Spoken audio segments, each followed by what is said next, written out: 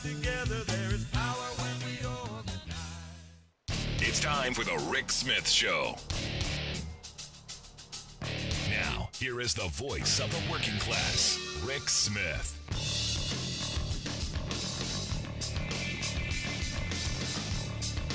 And welcome, brothers, sisters, working class heroes.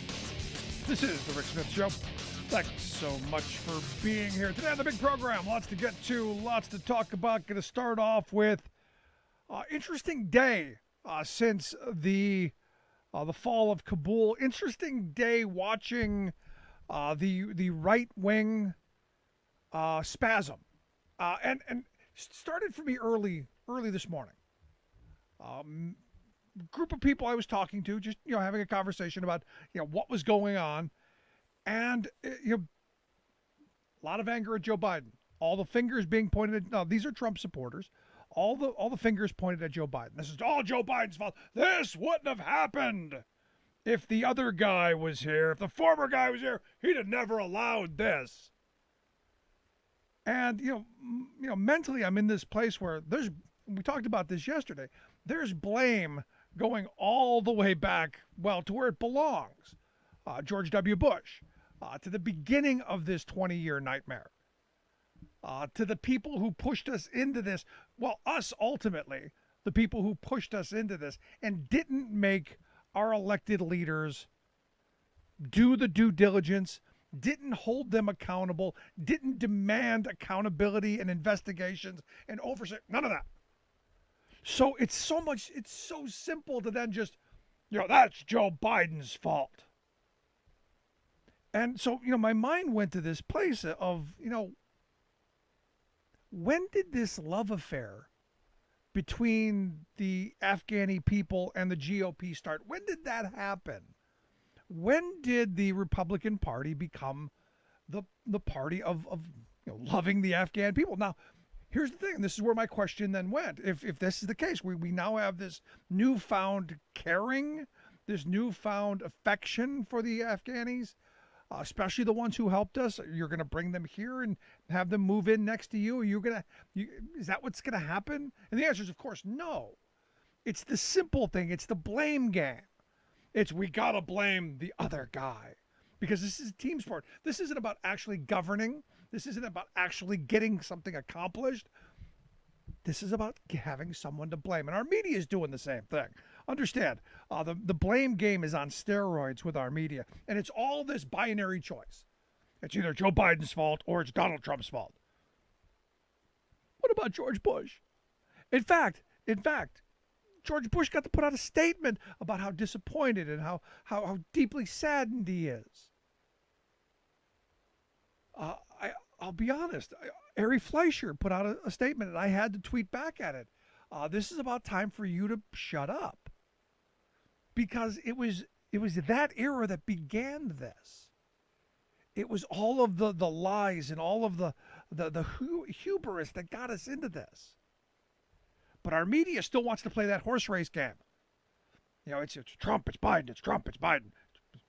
So whichever side you are, you're red or you're blue, it's Trump or it's Biden. That's what, and there's no thought of the bigger picture, because all we're stuck with is what's going to smack us right in the face without any thought.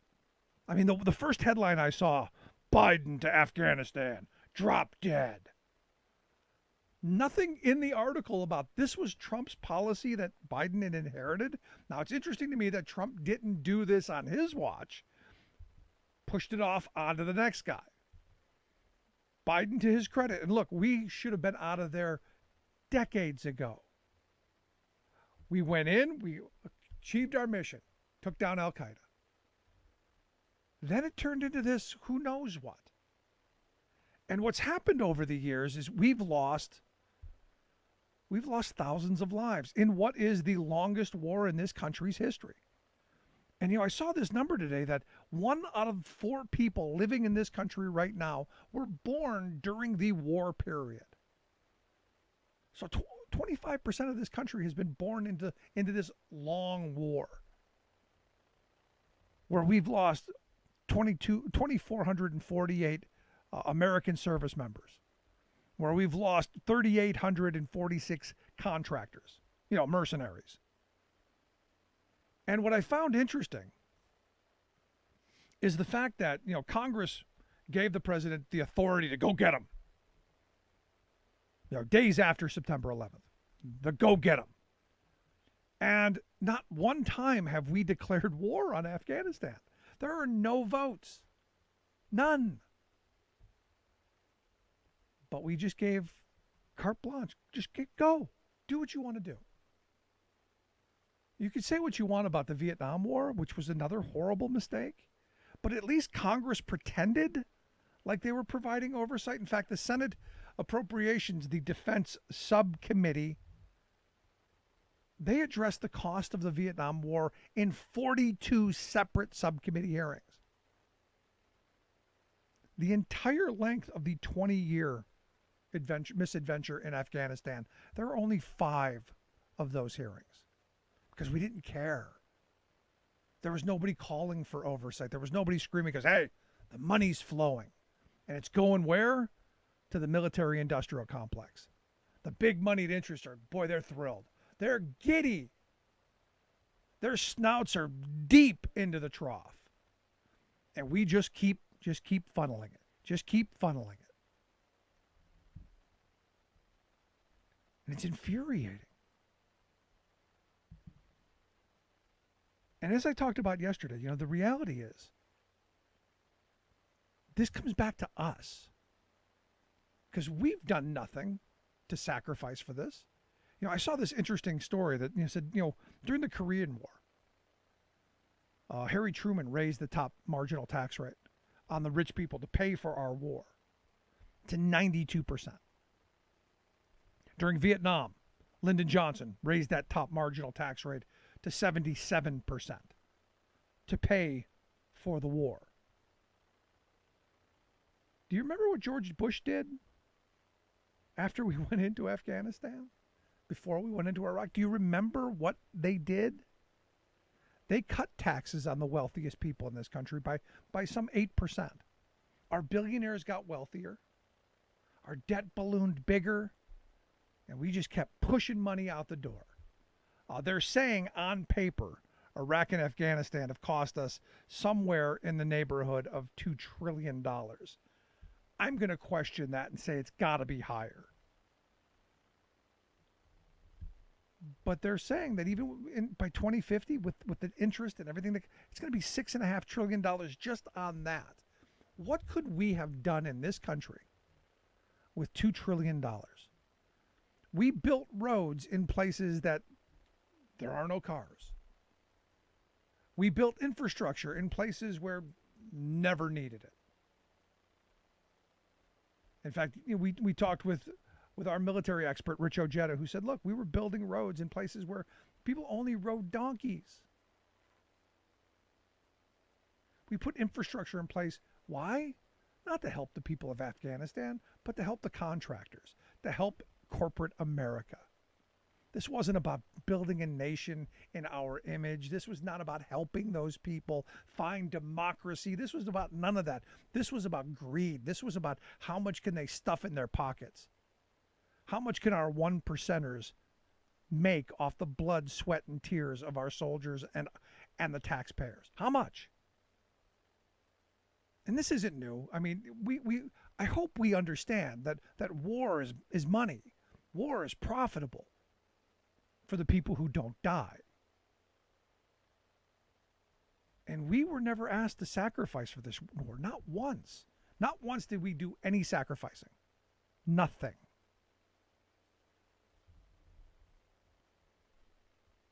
And the thing is, the cost of the war, $2 trillion, they're estimating that the after costs of the war, taking care of all of the commitments that we have to pay for the health care, the mental health, the burial, the disability, all of the things of those heroes that we were putting up on pedestals, that we were thanking at every train station, at every ball game, and that we were standing to salute and all of those things during all of these shows of patriotism.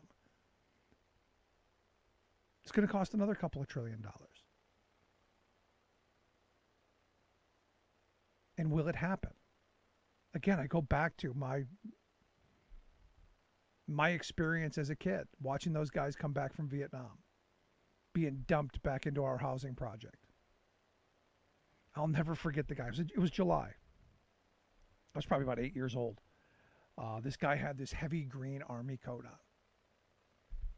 And they found him dead up against the neighbor's house, needle in his arm. July, that heavy, that's what I remember as a kid of people in the military. Because every time I saw that heavy army green coat, I saw somebody whose life was upside down. Alcohol, drugs, whatever. Broken minds, broken bodies. Struggling. This is what war gets us. And we know that. We knew this going in. And I've been talking about this for, since the beginning. From the beginning of this program, it is part of what I've been trying to make sure never happens. It's infuriating. But again, what was our instruction? What was our marching order? What was our sacrifice? Go to the mall. Go shopping. Got to get the economy going. That's what's important. Buy the little yellow ribbons to put on your car. Put the magnet on there. Spend the $3. It's going to help the economy.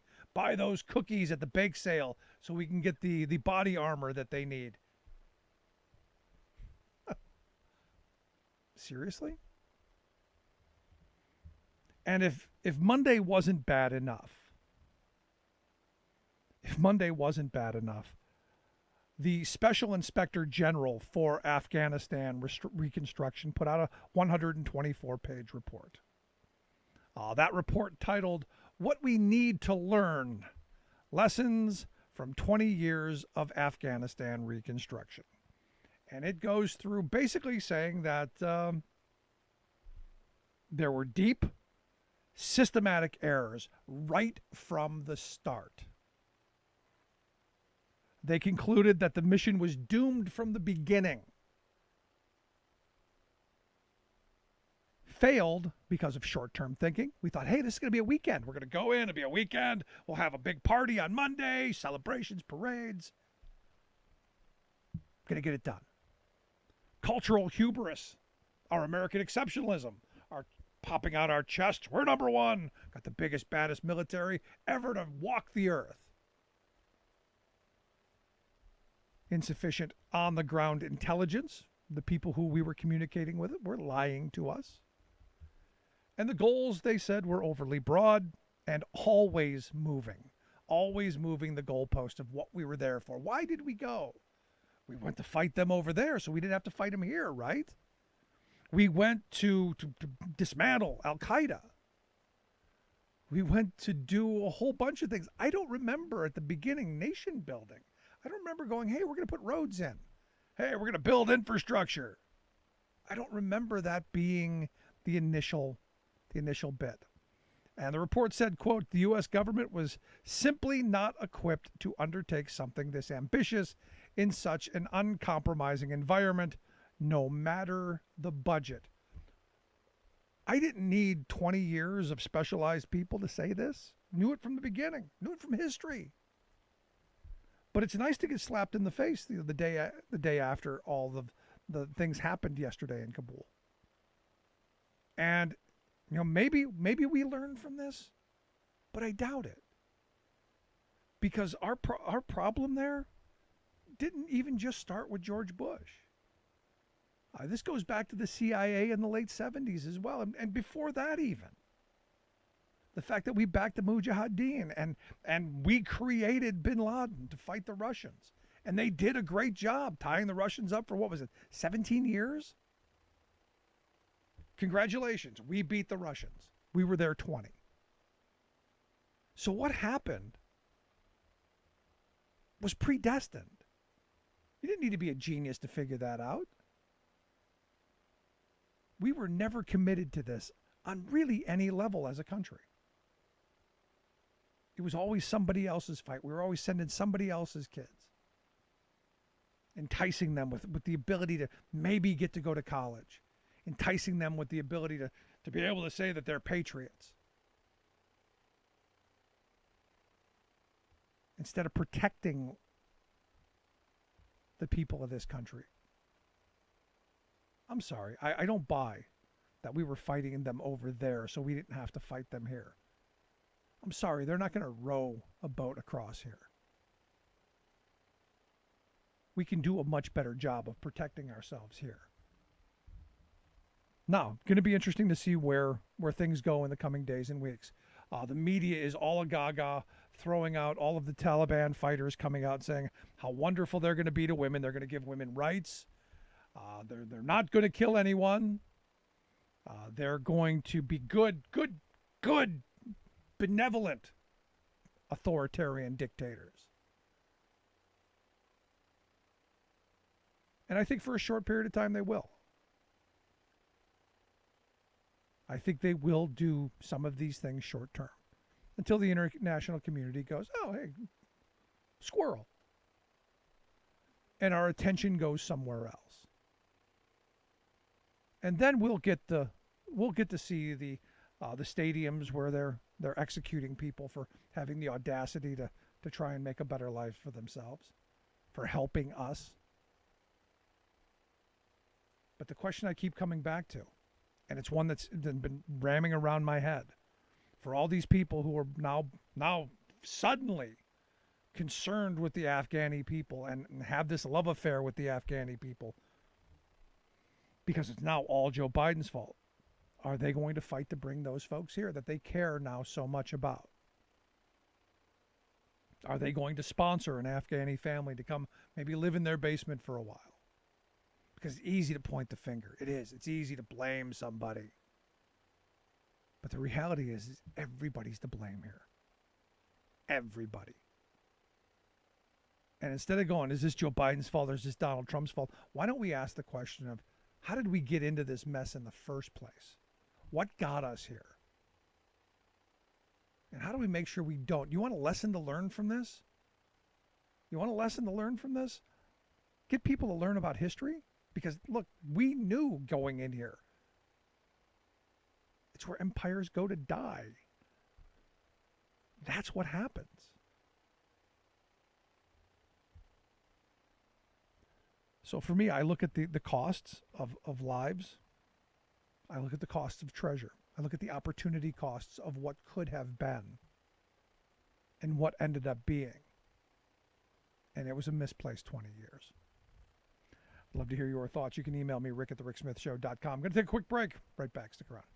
There's nothing more American than workers standing up, and the union gives a voice to win.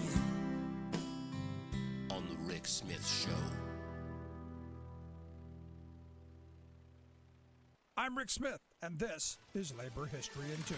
On this day in labor history, the year was 1902. That was the day more than 100 trade union delegates representing thousands of working people in St. Paul, Minnesota, elected Charles James to be the president of the city's Trades and Labor Assembly. Virtually forgotten by history, James is considered to be the first African-American elected to a city labor council anywhere in America. He was born in 1866 in St. Paul and began working as a leather cutter for local shoe manufacturers at age 15. This was at a time when most African Americans were excluded from skilled trades. His biographer Dave Riley asserts that it is unclear when James became involved in union politics and organizing. Shoemaking was the largest mass production industry in St. Paul, employing thousands. Riley notes that the Knights of Labor had been active in the city during the 1880s, and shoe workers were among the first to organize. By 1899, James had become the first president of a newly formed shoeworkers union in Minneapolis,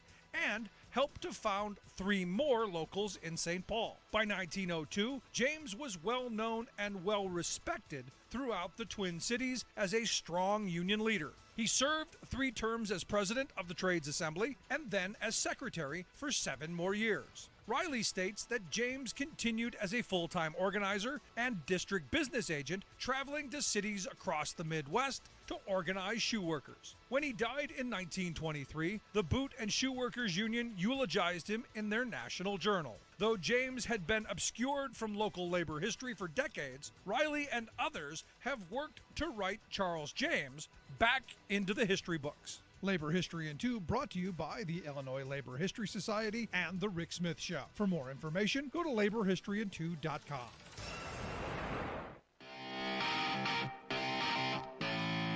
Welcome back to the Rick Smith Show. Now, here is Rick Smith. I got to tell you, I can't get this report out of my head. The fact that yesterday, this is when they decide to drop this Special Inspector General for Afghanistan Reconstruction report that basically says, from the beginning we were doomed. There was never any hope here. It was always going to end like this, and we did it anyway. And we did it for 20 years. And there are, interestingly enough, people now calling that I know to go back for another 20 years. I'll tell you, I give Joe Biden credit. It's a bad situation for him to have been in, but it was time to cut ties. And here to share some thoughts on, maybe I'm wrong. Maybe Biden is to blame in all this. And the former guy would have done a better job. But here to share some thoughts, I've asked our good friend Jared Yates Sexton to come talk with us. Jared's a political analyst, host of the Muck Rate podcast, also author of American Rule, How a Nation Conquered the World but Failed Its People. Jared, thanks for taking time for us. How are we doing, Rick? I'm as good as I can be in this moment. The reality is I'm looking at these horrible pictures from Afghanistan. I'm looking from these desperate people who we know are going to be slaughtered at some point in the future, and go, there was just no way to avoid this. Yeah, first and foremost, just to get it on the record, it's an absolutely awful situation. But this is what happens when you have an awful situation that has gone on and on and on, that never should have happened in the first place, that has been built up on lies, inhuman cruelty, exploitation. I'm with you, man. I feel like Joe Biden showed some political courage by pulling out of Afghanistan, understanding that he was going to take a loss here, that he was going to be seen as the president who pulled us out of there after one president after another wanted to do it, but was afraid of the optics or how people were going to respond to it. Donald Trump painted him into a corner to try and get reelected president. And he went ahead and he stuck with his guns. He said, we're leaving. And what did we learn? 20 years of wasted resources, lives, treasure, influence, political capital, and trust, and all for a group of people who had no interest in what we were trying to sell them. It was time to leave, and it was time to leave for a long time. But here's the thing. Here's where my mind goes, and this is a lot of things that I look at. I think it worked exactly as it was meant to work. I think what happened in Afghanistan was exactly what was supposed to happen. This is what corporate America wanted. In fact, they want another 20 years, another 40 years. They want us there forever so they can continue to keep their snout as deep in the trough as they can possibly get, to fleece us for as much as they possibly can get. Yeah, let's be very clear about that. The Bush administration and all of the neoconservatives and all these Straussian people, all they care about is having a story. The war on terror, right? Trying to make America, quote unquote, safe, which they couldn't do in the first place. And all that ever did was hid the fact that they were pushing for more resources, more materials, another stronghold in the Middle East, or two strongholds. You might as well go ahead and get two birds with one stone, right? And who got rich off of this and who benefited from this? Military contractors, people who went over there and got the resources, whether it's oil or, I don't know, heroin.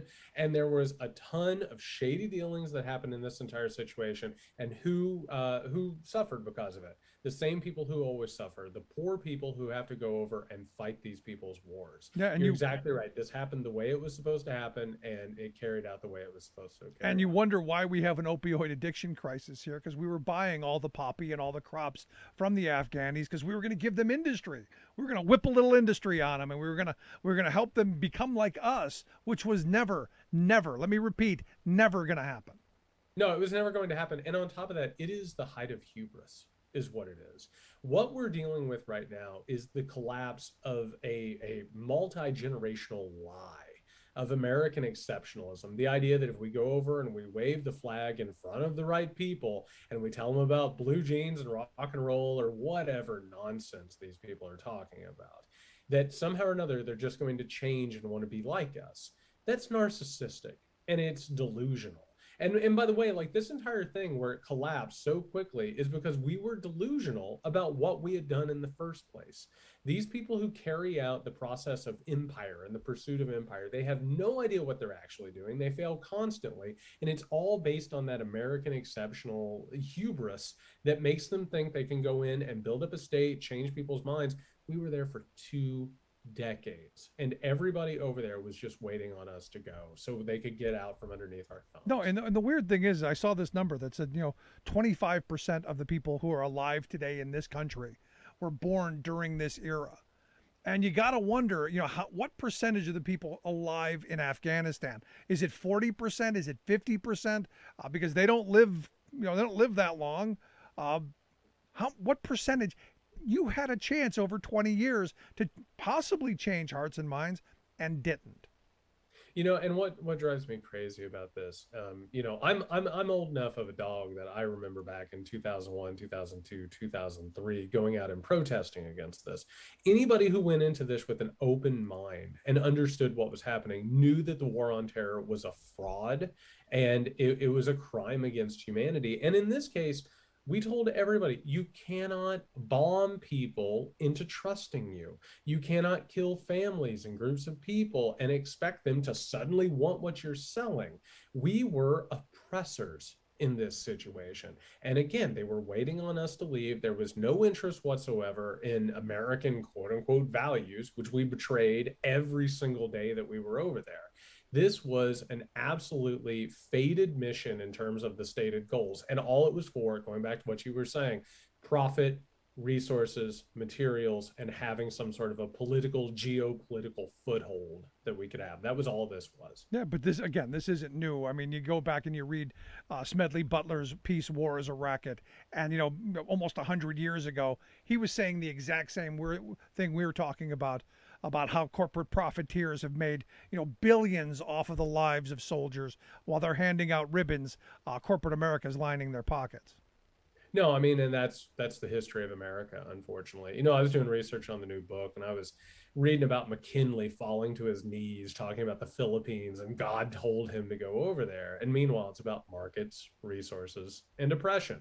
It's always about this higher value that we always put up there, but it's always about the imperial pursuits. It's about the material conditions of going over and finding the things that are going to make the corporations and the wealthiest Americans more and more powerful and more wealthy. It absolutely is a racket, and it always has been. Yeah, but here's the thing. I mean, we wanted this. I blame us for this because overwhelmingly, and as you said, you remember that time pretty well. We wanted this overwhelmingly. The Poles wanted it. We wanted blood. We wanted retribution. We wanted payback. We wanted bin Laden's head on a silver platter. And then we missed our opportunity conveniently. Yeah, and we had that deal. We could have been out of there in 2001. And, I have a hard time. I teach college, and I'm always writing and trying to talk to younger people. It's really hard to express to them what America was like in 2001 and how hell-bent we were on going over and not just destroying people, but also furthering American empire. We needed to show that the wounded animal could still fight. And, there's a direct line from what happened then to the madness that we are dealing with now. I mean, this isn't just about American empire falling in on itself and the humiliation of what's happening in Afghanistan. We are still living in the consequences of these decisions and what was unleashed in America. Yeah. So this is going to be something we're going to be dealing with for a very, very long time, and probably one of the most consequential mistakes that we've ever made. No, and I would argue that it even goes even further back than 2000. You go back into the late 70s, because during the 2000s, people were like, well, why do they hate us? What have we done to make them hate us so much? You go, well, Afghanistan was attacked and invaded by the Russians, the Soviets for 17 years, and we did fund the Taliban or the Mujahideen then. We did fund bin Laden. We created that monster that eventually turned around and bit us in the behind. But hey, don't worry about that. Just go shopping. Yeah, you should probably just go out to America's malls and not really worry about the fact that we're in over 100 countries right now, torturing people and, paying some really ugly people to do business for us. But that has been what America has been post World War II. We have continually espoused this idea of liberty and democracy and freedom while we have partnered up with one dictator after another who suppresses the left, takes down any sort of a labor strife that could possibly get in the way of corporate profits. And we've gone from one country after another to deal with some really, really ugly situations. And this is the consequence of imperialism.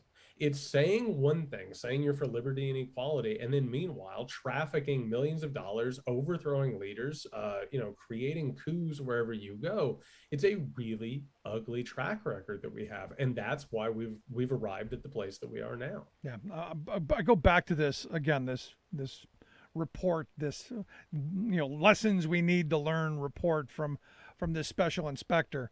And my mind goes to this place. Will we ever learn? Is it possible for the American people to learn from this lesson, or are we going to be stuck in this binary choice of it's Biden's fault or it's Trump's fault, without even talking about Bush or anybody else? Is it possible? I mean, you're the educator. Do you have any hope in this? I have to tell you, America's really bad at learning from history. I mean, we'd rather bury it in the backyard and forget it's back there. I mean, to be honest, I have been so disturbed by the coverage of this. We haven't talked about the Bush administration in our media. We haven't talked about the fact that Trump signed this deal. Somehow or another, Donald Trump has gotten off scot-free in this entire situation. Our intelligence community has just gotten a pass for getting everything wrong. Again. Our military got everything wrong in this situation. And meanwhile, this situation that we're involved in is shades of one mistake that we have made after another. And we just continue to jump headlong into it. What I'm afraid of is that empires that are wounded, as we saw after September 11th, they jump back into imperialism to show themselves as being strong. I'm afraid that the reaction is going to be among the Republican Party. They're going to howl. They're going to, beat the shields of jingoism and try and show that we can go into a country and shove people around. So no, I'm unfortunately pretty sure that we're not going to learn from this situation, even though this is the moment. If we're going to do it, we need to do it now. Are you surprised by the reaction to what's going on in Afghanistan, considering the fact that for, what's it been, 15 years now? Popular polls are gather the sheep and get the flock out of Afghanistan. In fact, when Obama was elected, overwhelmingly people wanted to get out, but the Republicans bullied him into staying because they didn't want to look weak. And this is where I give Biden credit, man, because he could have done that. No, we're gonna dig in deeper. We're gonna send more people. We're gonna save those people that were unsavable from the beginning. Do you think? Well, I think right now the moment that we're in is the initial shock of it and the grotesqueness of what we're seeing, like these images and videos. But I also think it's a side effect of the fact that our media is unbelievably cozy with the military. We have one anchor after another who's embedded with the military for years, and they just bring on generals and these flaks to come on and say whatever they want. I actually think what we're going to see in the long run is that people are going to support this. People wanted to get out of there. Absolutely. And in fact, Americans kind of tuned out of Afghanistan, and they were told to. That was by design. This empire building is supposed to happen in the background, and you're never supposed to think about it. And I would say to the working class people of America, do you want to send your kids over there for Afghanistan when they don't want you there and they don't want to fight this war? Like, why are we continuing that churning for people who don't want what's being foisted upon them? So I really think in the long run, the Republican Party is going to react to this, and the media will get tired of it. They'll move on to whatever happens next week. And I think the American people are probably right in Joe Biden's corner on this. I think in the long run, this is going to be beneficial for him. Yeah, I think he made the right choice. And again, I come back to this report that said this was doomed from the start. And I'd said years ago, this is going to be the natural outcome. We're going to be running out of there like we saw. I mean, it's sad. It's disgraceful. It's I want nobody ever in that kind of a situation, but it was predictable. Yeah, and like, let's be really honest and bold about this. Nothing that happens from empire is pretty. It's inhuman. It's cruel. And it doesn't matter if you're going in, you're in the middle of it, or you're coming out. It's always unpleasant and cruel. What we're watching right now was inevitable from the moment that we went in there and tried to tell people what they should do. And, there's no good answer. People say to me, should we have stayed? Should we leave? And I say, no, my answer is we shouldn't have done it in the first place. That's the correct answer, is we should have avoided it like so many of us told them that they should have in the first place. Nothing good was going to come out of this. Whether we stayed, whether we went, it was going to be ugly either way. See, for me, the lesson in this is go back and read Smedley Butler's War is a Racket, because this is not new.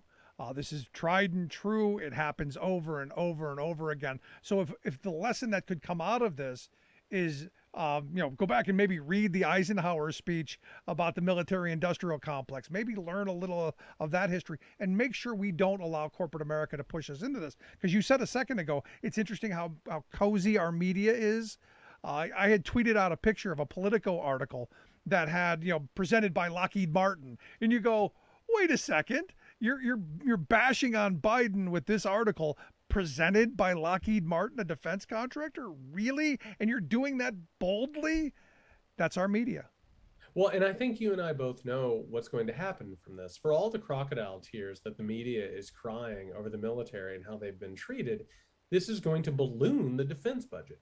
They're going to say, look what happened in Afghanistan. We have to build up our military. We have to build up our strength. Look at what happened to us. We have to throw more money after it, which is what they have always done. They cannot lose for winning, and they cannot win for losing. It is a constant giant racket. And when you realize this is about lining the pockets of the military-industrial complex, everybody from, research on up, this is what this has always been about from the very beginning. It's not about making us safer. It's not about making the world safe for democracy. It's about making some people a lot of money. Yeah, and it gave the Chinese state media an opportunity to throw a jab at us here in the U.S., joking that the power transition in Afghanistan is even more smooth than the presidential transition in the U.S. That's what it got us. Oh man, it's just gross all the way around. And it's one of those things, and I just want to go ahead and say, because again, I was out there in the street in 2001 and through 3, we cannot forget that the Bush administration did this to us. They put us in this position to be laughing stocks. They put us in the position to hurt people. They put us in a position where we went years with trillions of dollars that we could have used to make Americans' lives better. And we could have gone after climate change. We could have completely revamped our infrastructure. We could have had universal health care. And what did they do? They spent all of that money, all of that time, all of that goodwill. And here we are, weakened and vulnerable. And we have militarism and authoritarianism around every single corner. And they did this to us, and that's the result. And we can thank Bush, we can thank Cheney, Wolfowitz, Rumsfeld, all down the line. All of them are responsible for this. Jared, I appreciate the time. It's always great having you on. Always great having your insight. Thanks so much. Thanks, buddy. Jared Yates Sexton. Make sure you check out his podcast, the Muckrake Podcast.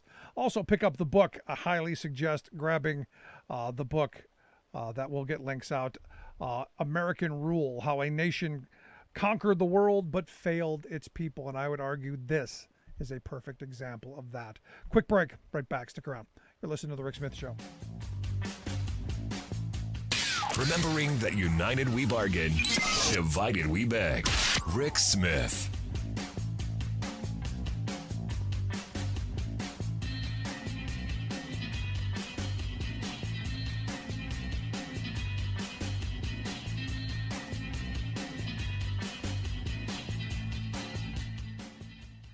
I'm Rick Smith, and this is Labor History in 2. On this day in labor history, the year was 1985. That was the day that workers at the Hormel plant in Austin, Minnesota, went out on strike. They were members of the United Food and Commercial Workers Union, Local P9. Hormel had slashed workers' wages by 23% during the early 1980s. Benefits were also diminished, and incentive programs rolled back. These changes cut deeply into the Hormel workers' earnings. What had been considered a good job was changing drastically. This was the story for many workers in Reagan-era America. The 3,500 Hormel workers voted overwhelmingly to strike. The National UFCW discouraged the action. The strike lasted more than a year. Strikebreakers were brought in, including some of the union members who crossed the picket line to return to work. The National Guard was called in to keep the peace between strikers and the scabs. After a year, the strike went down in defeat. Even after the strike, many of the workers were not called back to work. They were put on waiting lists for a job to reopen. Some never returned to the plant. 25 years after the strike, the Austin Daily Herald staff wrote, quote, "What resulted was a bitter, drawn-out labor dispute that drastically impacted the community, from workers who lost their jobs to families that were torn apart by the picket lines." The strike became the feature of a documentary by Barbara Koppel. In 1990, the documentary American Dream won the Academy Award. The film tells the story of the Hormel strike as a window into the tragic experiences of many workers during the 1980s. The film was made on a shoestring budget. Singer Bruce Springsteen provided $25,000 to help support this important film. Labor History in 2 brought to you by the Illinois Labor History Society and The Rick Smith Show.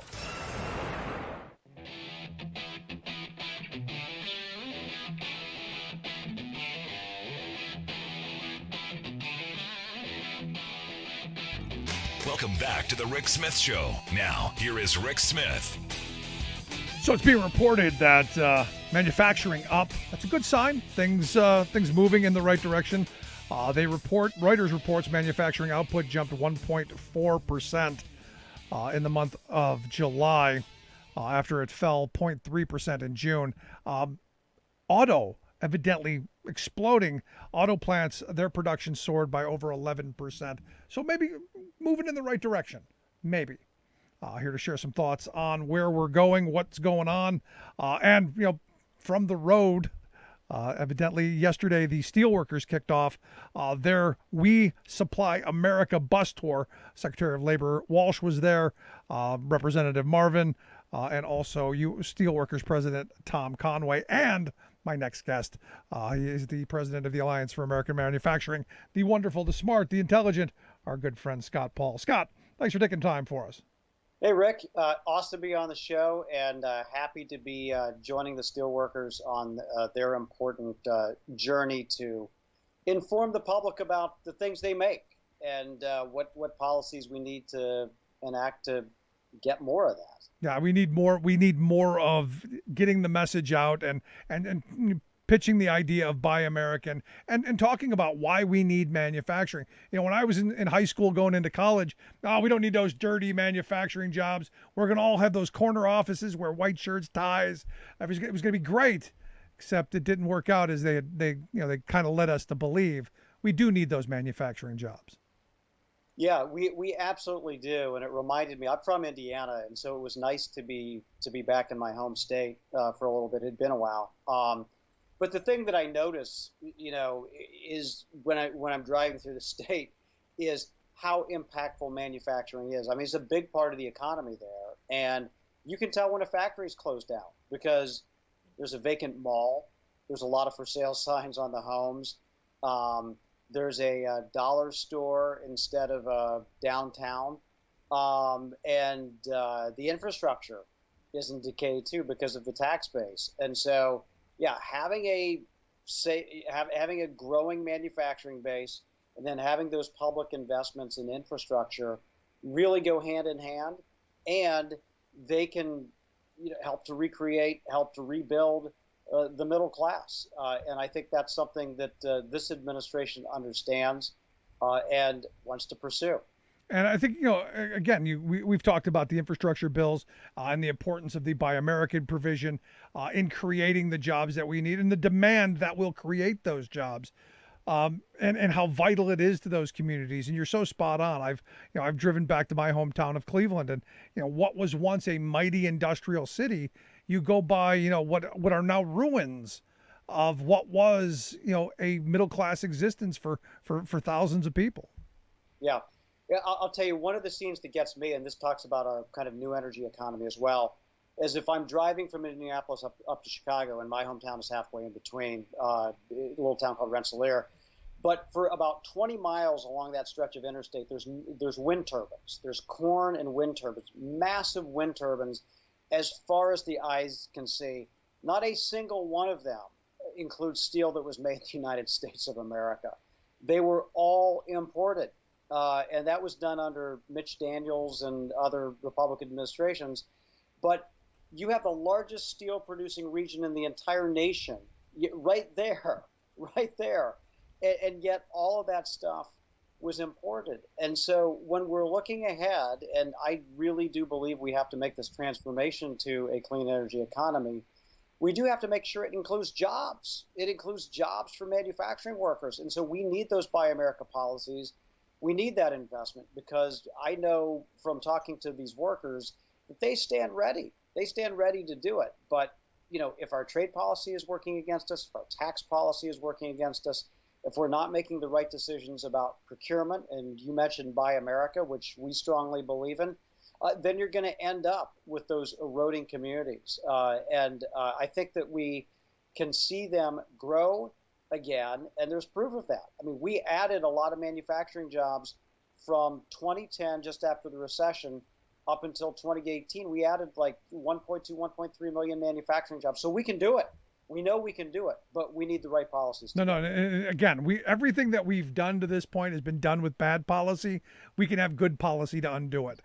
To me, it is that simple. But you know, I'm thinking about the windmills and the turbines that you see, and I'm trying to wrap my head around the idea of a state like Indiana that is a steel producing state going, no, I think we're going to go halfway around the world to get cheap Chinese steel or wherever it was made, instead of employing people in our state to have the reverberation effect of those jobs in local communities and the tax money coming in and all of that stuff. It literally racks my brain on how short-sighted that kind of a policy is.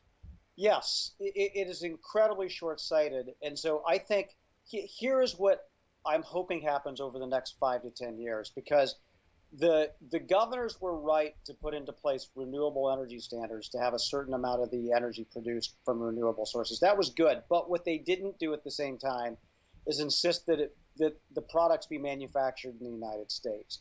And so that created a problem, because the rest of the world was ahead of us in wind energy and solar and all of this renewable generation.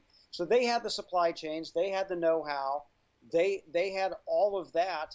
And it's hard to break through without a big market. And so as I look ahead, and you see the Biden administration wants to make this transformation, this time I think they get it, because they say, you know what, it has to be made in America. Those wind farms that we're going to have off the coasts, will it have to include wind turbines that are made in the United States? And so you see that investment. We talked about this just the other week at Sparrows Point, in Baltimore, which we both know, with a massive steel mill there for years, Bethlehem Steel first, and then ArcelorMittal, and then it closed down. And it is nice to see that there will be fabrication jobs there to make wind turbines that are going offshore. And so I do think that we need that Buy America aspect to make those types of investment works. And this is something that has been really pleasantly surprising about the Biden administration, the fact that and this tells me that it is an authentic belief in blue collar work and in wanting to get our industrial unions, back growing again, and seeing those good jobs come into these communities and helping to see them thrive as well. One of the things I've always said about Biden is I think he's a blue collar guy to his soul. I believe he really is, and he cares about blue collar workers. So I'm not surprised that this has been the outcome. I am surprised at how bold he has been in some of this stuff, though. These two infrastructure bills. The one anyway, the $3.5 trillion one, to me is visionary. It's bold. It's something we have to do, and for me, it's kind of a reset of what the last 40 years has done to the working class. So I'm in this moment where, while Biden wasn't my first choice, that there's an opportunity to undo the horrible of the last 40 years, whether it's our procurement policies, whether it's our manufacturing policies, or whether it's our trade policies. I'm hoping we're undoing some of the legacy of neoliberalism and Reaganomics, and we move in a different direction. Yeah, yeah, I completely agree. First, the policy is there, and I think it is. And he had a bold plan, and there'll have to be some maneuvering to get this through the Congress, and it might have to come in steps. I think it's pretty clearly it will have to come in steps to get this done. But I think that we're on track there. We still have a lot of hard work ahead of us, but we will see trillions of dollars in new investment in workers, in communities, in manufacturing, in our infrastructure. And I think that's important. The second is also personnel. And, as we kicked off this bus tour with the steelworkers in Northwest Indiana, I was sitting right next to the Secretary of Labor, Marty Walsh, the former mayor of Boston, but a guy from the House of Labor who is a building trades guy and is authentic and is really believes in this. And he has a portfolio to go and do training and workforce development and to have these worker-centered policies. And it's reflected, Rick, across the board, tax policy and what the administration wants to do, trade policy, and some of what they want to do and some of what they want to do with cases as well. And so I think all of that is very important. And I'm not trying to make a political statement here because, like you, when you have worker-centered trade policy, the first name that didn't come to mind to me was Joe Biden. It was not something he had been out in front on, but I think that he gets it and that he has put an amazing group of people in place in the cabinet and in these high-ranking positions to deliver a worker-centered policy, which I think could have a lasting impact for people. And I'm right there with you. But one of the things that I am a little surprised at is that Biden hasn't pulled the tariffs back that Trump put into place during his time. It was the only thing I agreed with Donald Trump on was to use the tariffs. I wish there was a bigger policy. I wish there was more to it than just the tariffs. But I'm actually surprised Biden has had them stay as long as they have so far. Yeah, and just to remind folks, there's a couple of different types of tariffs. If an industry or company brings a case, they can get what's called an anti-dumping or countervailing duty tariff against a specific product, basically from a specific country. What Trump did was put across the board 25% tariffs in place on lots of different products coming from China. Okay, there are a lot of exceptions to that, but it does cover a fair number of products coming from China. And in addition to that, a 25% tariff on lots of imported steel. Again, not all imported steel, but lots of different imported steel. And Biden hasn't touched those. He hasn't touched those at all. And I think that there were a lot of people who were like, oh, thank God. The business groups were like, oh, thank God, here comes Joe Biden. He's always been kind to us. He's going to totally turn these things off. And he's actually done the opposite. And we may see him work out a deal with Europe on some of the steel tariffs. But the tariffs aren't simply going to go away. If there is a deal struck, they'll be replaced by something that will be equally as strong and as effective, and that will get the Europeans to finally take on China as well, which is the bigger part of the problem.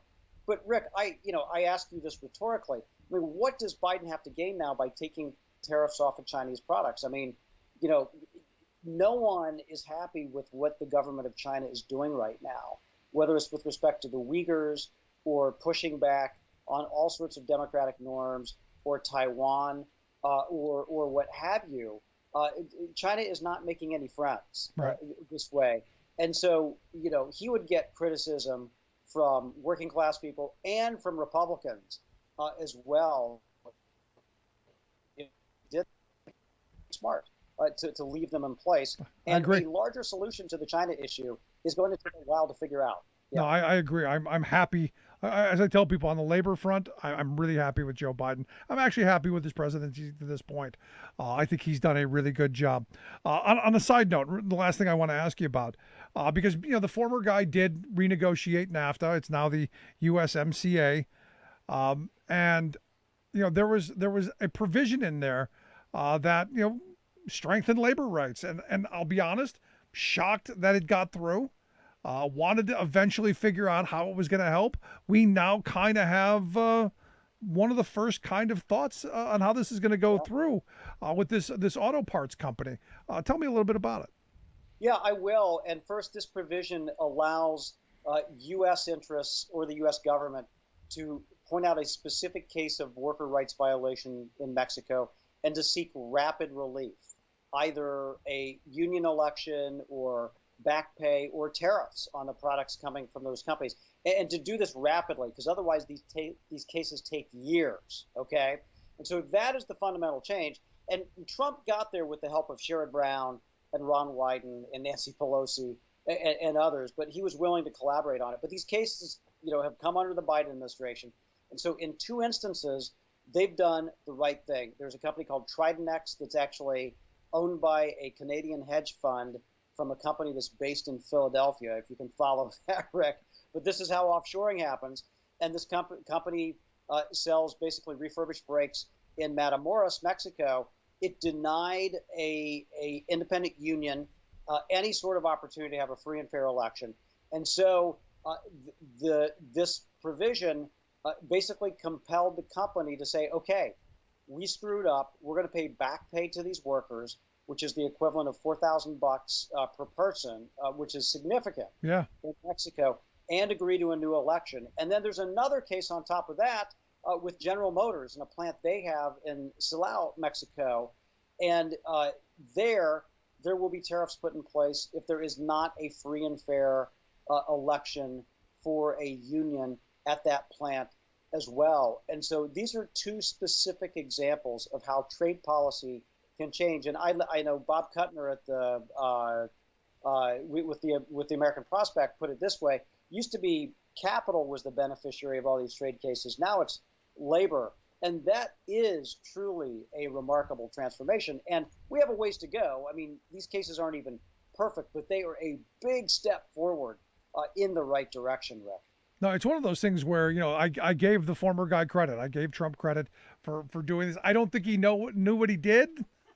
I'm sorry, I don't know that he did, but it got through, and that's the surprising part to me. Right. Well, it's what got Democrats to guess on the NAFTA renegotiation. So, and Lighthizer, his trade ambassador, and I've known him, has always believed in this idea of a social tariff, or this idea where you should be willing to put tariffs into place if workers' rights, the environment, if there's some other ill-gotten gain that an import has, we should be able to put tariffs on that. And so he's always had that belief. But you're probably right, Rick. He probably didn't know what the heck he was doing. But I am glad that Biden is utilizing this tool to make life better for workers in the United States and to give workers in Mexico a chance to form independent unions, which they have not really had before. Because if their conditions come up again, maybe that all boats rising thing actually happens instead of the big boats crushing the little ones. They can buy our products. And that is the best of both worlds. But Scott, I appreciate the time, the thoughts, great stuff. Great bus tour. It was great seeing you there. I'm looking forward to a report tomorrow with the Steelworkers Vice President. But good stuff. Thanks, Scott. Appreciate it. All right, Rick. Take care. Thanks so much for having me on. Good stuff. Our good friend Scott Paul, president of the Alliance for American Manufacturing. Check out their website, AllianceForAmericanManufacturing.org. We'll get links out on social media, how you can take a look at that. Quick break. Right back. Stick around. You're listening to The Rick Smith Show. Remembering that united we bargain, divided we beg. Rick Smith.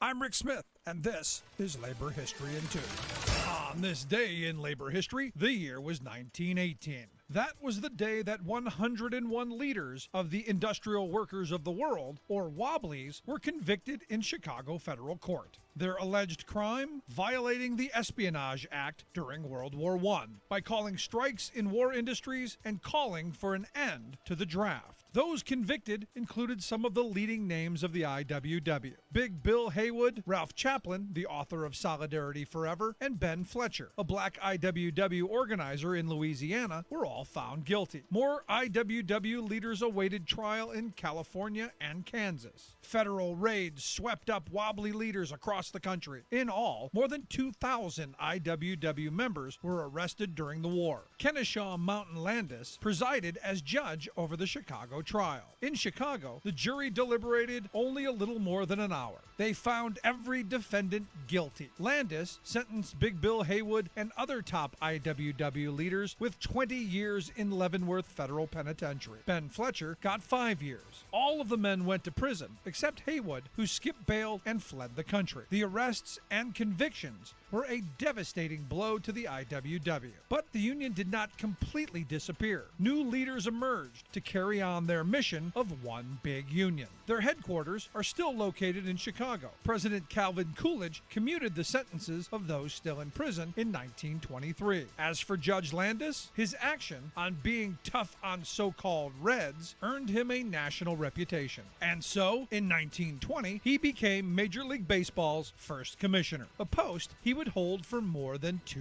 decades. Labor History in 2 brought to you by the Illinois Labor History Society and The Rick Smith Show. For more information, go to laborhistoryin2.com.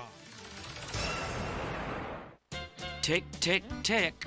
Each sweep of Big Tech's clock enhances corporate power, but his hands also sweep away more of our civil rights. At first, each new surge of artificial intelligence and robotic technologies can seem perfectly benign, even playful. Take Spot, the robotic 4-legged doggy that actually has no spots, no endearing puppy eyes, can't bark, has no tail to wag, and is very undoggy. In fact, this electronic critter is rather creepily nightmarish, but it's marketed by cute videos, including one of Spot mixing margaritas. Admit it, that beats training your real dog to bring your slippers to you. But you can't just adopt a Spot at your local animal shelter.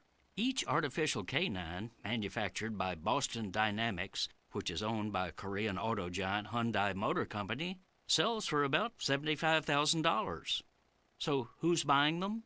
Mainly such big corporate outfits as oil refineries, mining operations, and electric utilities that want an unblinking eye to monitor and record workers, visitors, protesters, and all others who approach their facilities. Just one more layer of our cycloptic surveillance society. But the point at which Spot loses all cuteness and turns into a menacing beast of authoritarianism is when it's turned into a police dog. There's been quite a public backlash, for example, against the Honolulu Police Department for deploying one of their robotic canines in a tent city for homeless people.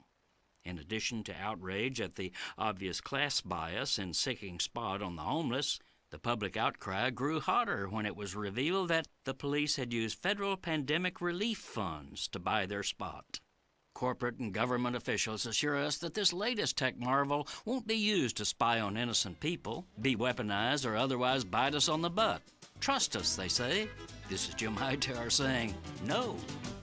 The Hightower Radio Lowdown is brought to you by the Lowdown Happy Hour, live streamed from the Chat and Chew Cafe. Details at hightowerlowdown.org. Welcome back to the Rick Smith Show. Now, here is Rick Smith. So one of the things I've often talked about is the fact that we've got too many rich people with nothing to do. In fact, our tax policies have given way too much to the well-heeled.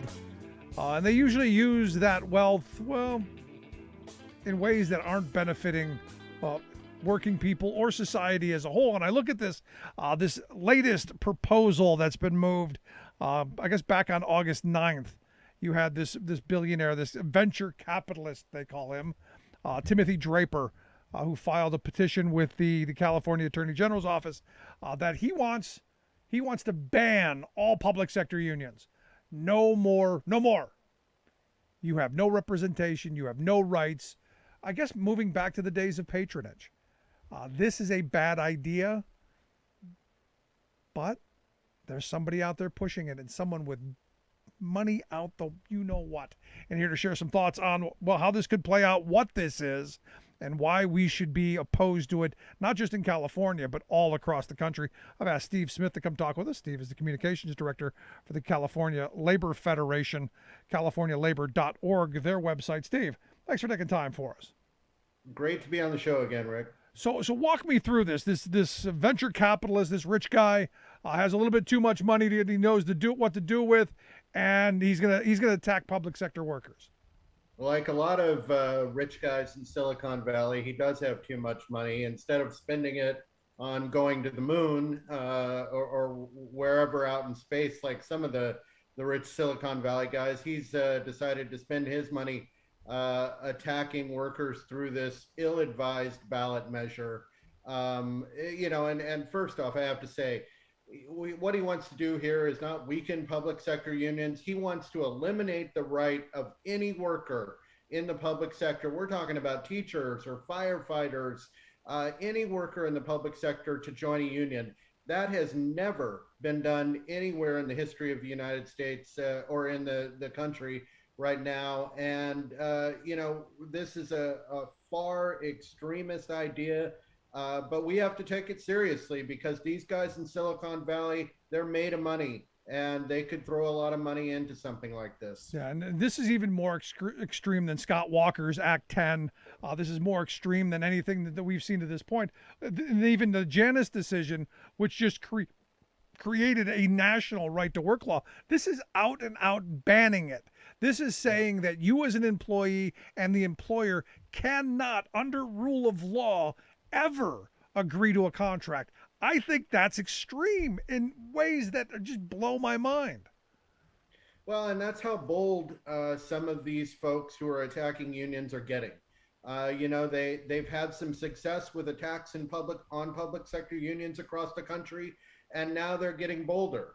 And they're taking on the state that has the most public sector workers in the entire country, California. We've got 1.3 million public sector workers in this state, Rick, and this is the last bastion of really middle class work for some folks in communities since our manufacturing was traded away to China and other countries. A lot of folks who want a middle class job, they become a worker in the public sector, whether it be a teacher or a firefighter, postal service worker, or something else. They're providing a service to Californians every day, and now you've got this rich guy, millionaire, coming along with an idea to strip them of that right. What's interesting to me, Steve, and this goes back to when I was a younger man, just beginning working.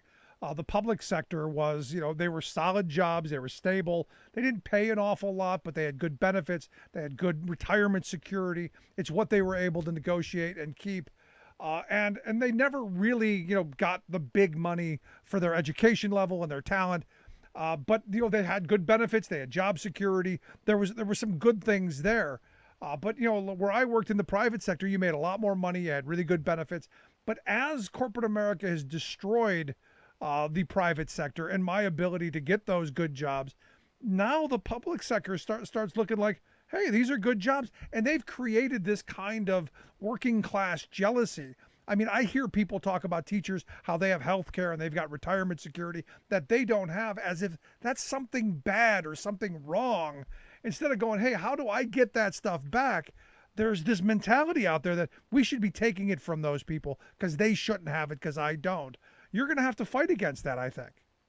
Yeah, no, we will. And as you rightly pointed out, it all stems with corporate America's ability to undermine the American worker, to undermine the idea of having a good job in America.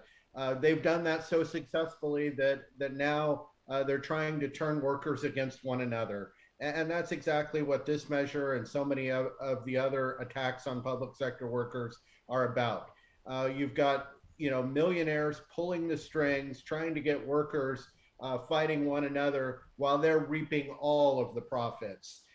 That's what's at risk here. That's what's at stake. And you know, we will fight tooth and nail to stop this effort cold, because we in California believe in the middle class. We believe that workers ought to be able to bargain collectively, ought to be able to stand together in a union to demand a fair share of what our economy produces. We're not about to let any millionaire Silicon Valley extremists take that away from workers here. You know, I see this as an opportunity. I see this as busy work. I see the reason that he's doing is to keep unions spinning their wheels and just, you know, chasing their tails. But I see this as an opportunity, because labor never does. They've never done a good job. And please, I'm not stepping on your toes, but labor's never done a really good job of telling the story of average everyday workers. They've never done a good job of tooting their own horn and saying, yeah, we build better lives. You know, I tell the story all the time. I grew up in a housing project on the west side of Cleveland. We were dirt poor. I now live in a neighborhood with doctors and lawyers. That's because of my union card. That's because of the contract that I've worked my entire working life under. And I think those stories need to be told. So I see this as an opportunity to bring those people out and say, no, this gave my family opportunities, and it can give your family opportunities. So I see this as actually as a positive opportunity that brought on by this billionaire. Or am I wrong here? No, I think you're exactly right. You know, as you mentioned, we spend a lot of time representing workers, empowering workers, not enough time really explaining to the public the value a union and a union job not only gives to an individual worker, but to a community, to a city, to a state. And this is an opportunity, again, for us to do that. You know, we've been leading a project at the California Labor Federation for the last decade, where we've done research and training really focused on that one thing: how to tell the story about the value of a union, a value of a union job. And you know, this you know, for all the pain and difficulty that it will cause for us to fight this initiative, it gives us that very opportunity to tell those stories and we'll have a platform to do so. So, you know, there's always a silver lining. We're always looking for it. And that, I think, is a very good point, Rick. But the great hope that I have out of this, because I think we're in a moment in history. I think we're in this, and I know I was hoping for this after the last calamity that we had when Barack Obama took over, when we were coming out of the Bush recession and all of that. I was hoping then, but I think right now is an opportunity to grow the movement, to organize more workers. So this seems to me to be the kind of perfect storm kind of moment where, yeah, we're going to tell these stories. We're going to fight back this ugly attack, but we're also going to organize more people, because right now, from the polling showing it, more people want to join and form unions today more than ever before. So there's multiple opportunities, I think. Well, the hope is that this effort is going to backfire on Mr. Draper and the other Silicon Valley millionaires in a very big way, because we plan to do just that. We're going to tell a story about the value that unions bring to our communities here in California. And Californians will view this as an extreme effort, because that's exactly what it is. You know, he's taking away a right that every worker ought to have in America, which is to stand together in a union and collectively bargain with their employer. Public sector workers, that's the biggest opportunity for veterans in this country to have a middle class job. We've got literally hundreds of thousands of veterans in public sector work and members of public sector unions right here in California. And I'll tell you, they will be itching to tell their story when the time comes, because somebody's trying to take away that middle class lifestyle that they fought for, that they fought not only for themselves, but for our country for. Yeah, you know, I think I've been to a number of states that have been long-term no rights at work states, places like Mississippi and Alabama. And I look at their teachers, I look at their public sector workers, I look at the people who do the jobs that help and the wages that they're paid are poverty wages. And, I look at a state like California where people make a good, honest living. And I would say, look, this Draper guy and the people who are pushing this, they want Mississippi to be what California is. They want to make California Mississippi. And I hope that message gets out. And this is the perfect juxtaposition of you got somebody firmly in the 1% of the 1% against everybody else. Yeah. And this guy, Tim Draper, comes from old money. He has never gone a day in his life feeling the struggles that so many millions of workers feel every day, which is why those workers want to join a union. He's never had to go through that for a single minute in his life.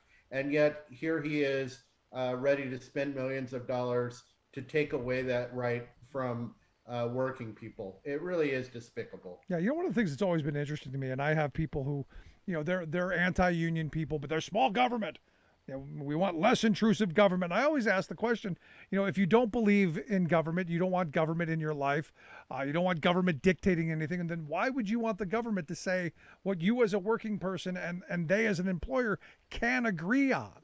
It's the perfect argument of saying, look, get government out of our lives, allow an employer and an employee to come to a relationship and sign a contract like every CEO has across this country that protects their rights, that protects their working conditions, that protects their future. What's the problem? And the problem is we've been led down this path that this is a political issue, that it's a right-left thing, and it shouldn't be. This is a working class thing, and I think we need to reclaim that message.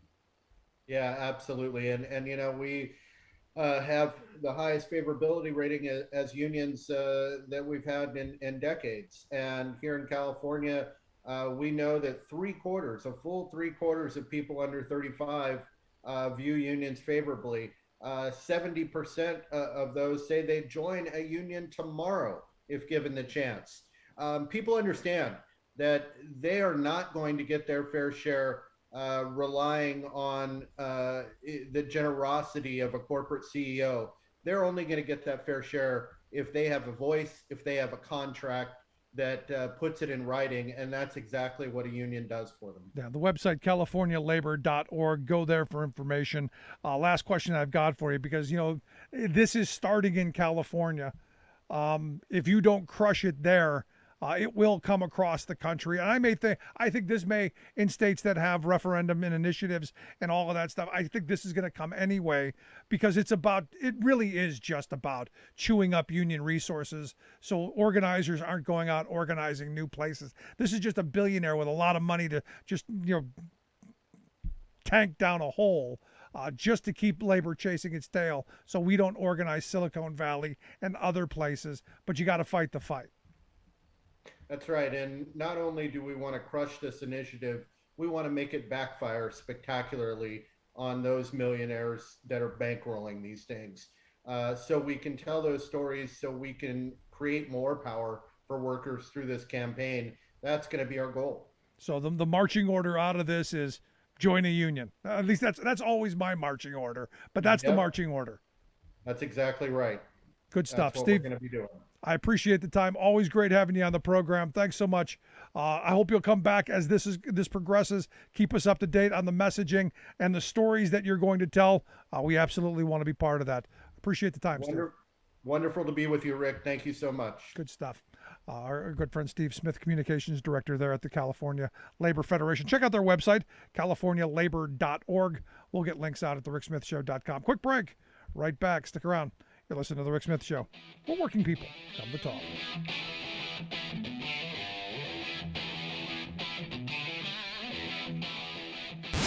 Saving work in America, one show at a time.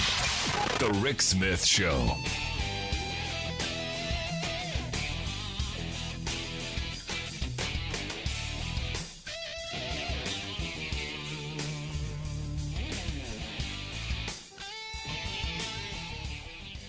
I'm Rick Smith, and this is Labor History in 2. On this day in labor history, the year was 1902.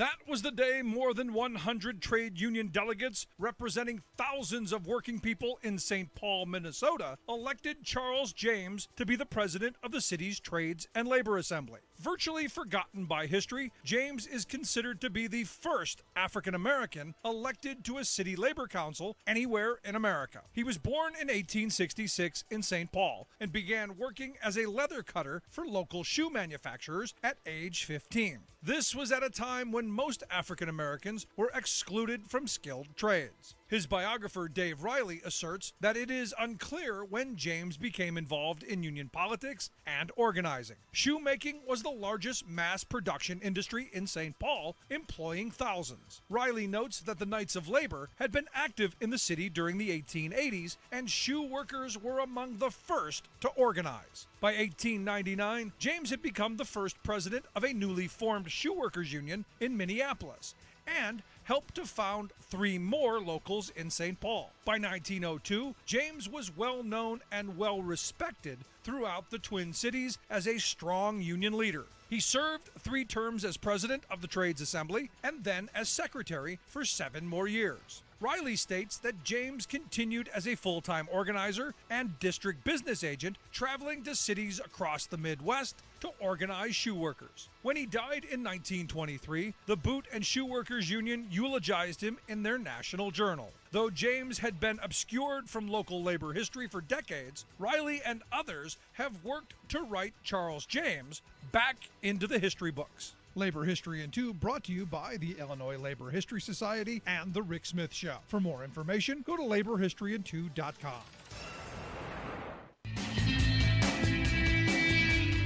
Welcome back to the Rick Smith Show. Now, here is Rick Smith. So, Texas Governor Greg Abbott has COVID.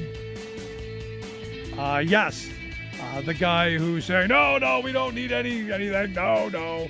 The guy who got his vaccine, got them both actually. The guy who evidently now that he's asymptomatic, they say, but he got the monoclonal antibody just in case, just to be safe. You know, the stuff Trump got. You know, the stuff rich people get. The stuff that us poor folks, no. And what was interesting is Texans for Abbott yesterday tweeted out a short video of the governor mingling with the Republican club at Heritage Ranch meeting. So a whole bunch of old white people crammed together in this meeting. And my first thought was a whole bunch of people prime age for COVID death. And my first thought was, so one, who gave it to Abbott? How'd he get it? Second, how many people did he infect? And how many of those people are going to get the special monoclonal antibody just in case?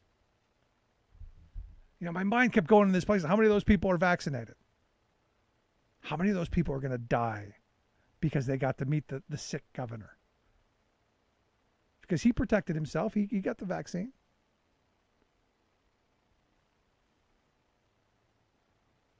It's interesting how they do for themselves, but the heck with everybody else. Especially because you look at in Texas right now, 4 school districts have closed down because it's that out of control. Texas now has requested from FEMA 5 mortuary trailers. You know, those mobile morgues. You know, basically just refrigerated trailers that they turn into morgues, so they can stack up all of the dead. Yeah. Florida, they already had their mortuary trailers. And now they've got more than 8,000 students who are isolated or quarantined because of the spike. And it's only been a couple of days that we're into the school year. That's it. But you got their governor. Don't worry about it. It's going to be fine. Things are going to be fine.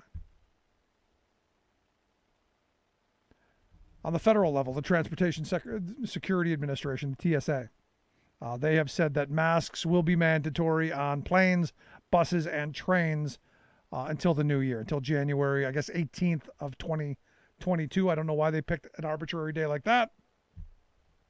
Could be it's just a Monday, but that's the date that they're going to go with this. Now they've said, look, Biden has never relaxed this standard. We're going to be flying here in about a month and a half. Now I'm hoping I'll be wearing my mask. I'll be doing the best I can to protect myself. But I'm looking at these moments and going, all of these scenes you see on airplanes of people not remembering how to deal with other people, not being patient, not being anywhere near tolerant.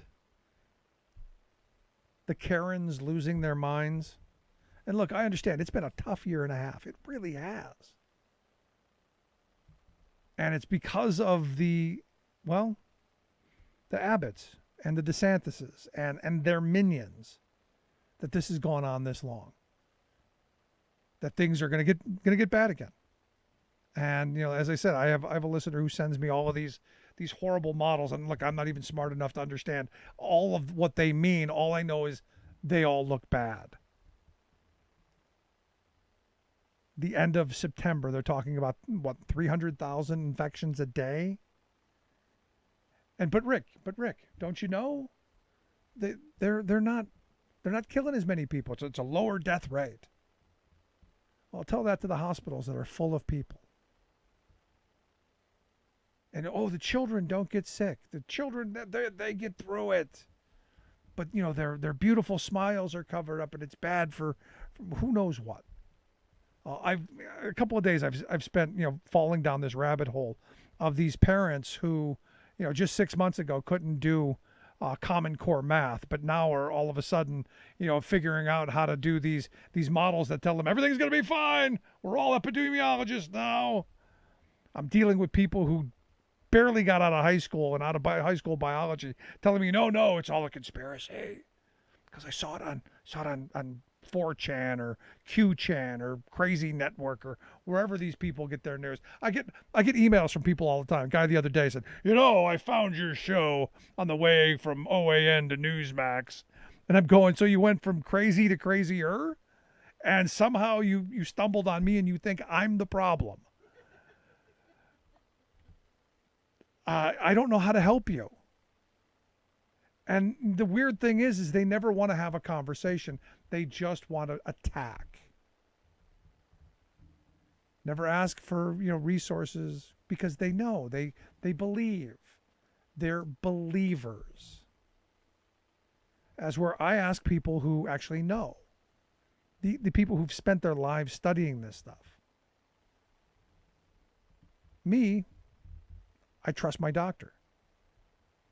I trust the people that I bring on this program who are doctors, who've spent their lives doing this stuff. And they all say the same thing.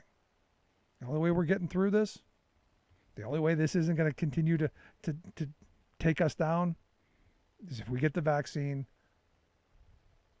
we do the social distancing, we wash our hands and get the grime off our hands, and we stay away from each other. Keep your distance. Now, look, I've always been the social distance guy.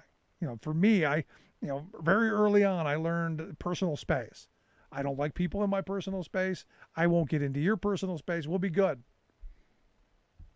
This is the time to maybe relearn that stuff. But I'm looking at Texas. I'm looking at Florida. I'm looking at these southern states where you're now having these big outbreaks.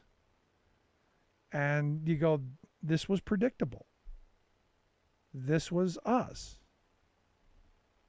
And, if you're an outsider, and I know a lot of people don't care what the rest of the world thinks of us, but if you're an outsider looking into this country and you're going, look how short-sighted they were on Iraq and Afghanistan. Look at how they had no interest in actual discussion or debate or it was all just shouting each other down. And now we are in this moment where just something as simple as covering your mouth has now become something that people want to literally fight each other over after school board meetings. There are literally brawls after school board meetings because someone says we should cover our pie hole. I was talking to somebody today and, I didn't have a mask on. We were far apart. We were outside. And, I couldn't help but at one point notice that when I had said a word, something, something flew out of my mouth, and I'm going, that's how it gets, that's how you get infected. That's what the mask is supposed to do. Stop that. Stop you from spreading all of that. Look, I'm not a doctor. I don't pretend to be. This is kind of common sense, though. And, I remember a doctor we had on, I guess it's been about 6 or 8 months ago, who said, look, we went through the flu season, and I didn't get sick for the first time in years. I didn't get the flu. I didn't get anything. I'm dealing with all these sick people in the emergency room. I got nothing. And he goes, you know why I think it was? Because we weren't swapping germs. You kept your germs. I kept my germs. We didn't swap them. I didn't get sick. He said, and I quote, I'm probably going to wear this mask forever. His choice, good on him. But in this moment, don't you think just a little common sense, a little logic? I don't know. Love to hear your thoughts. You can email me, rick@thericksmithshow.com. Quick break. Right back. Stick around.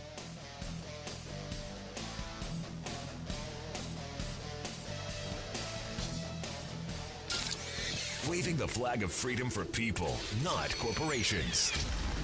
Rick Smith.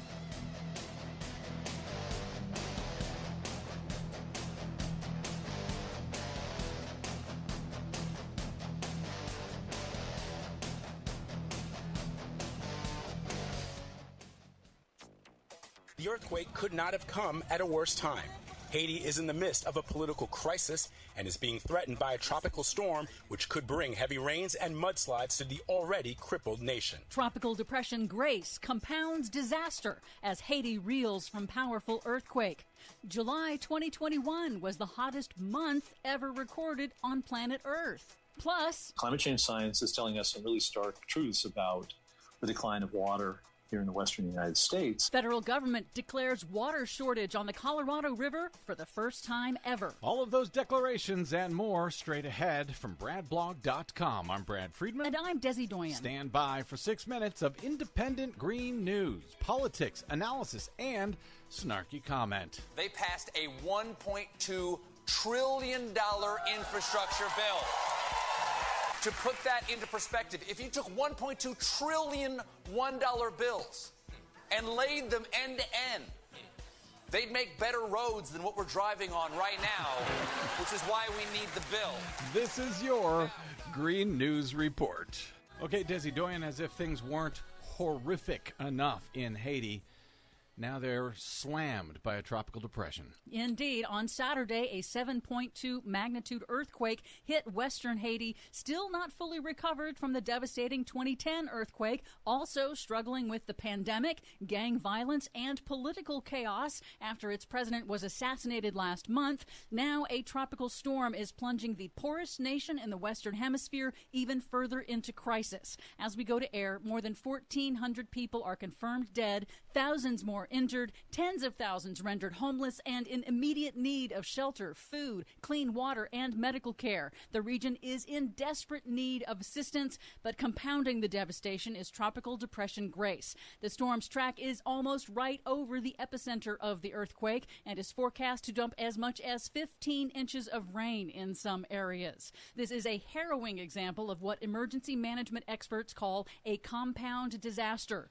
Natural disasters hitting in quick succession, pushing government response and infrastructure resilience to the breaking point. And that's something that you have warned about for years, having more than one disaster at a time.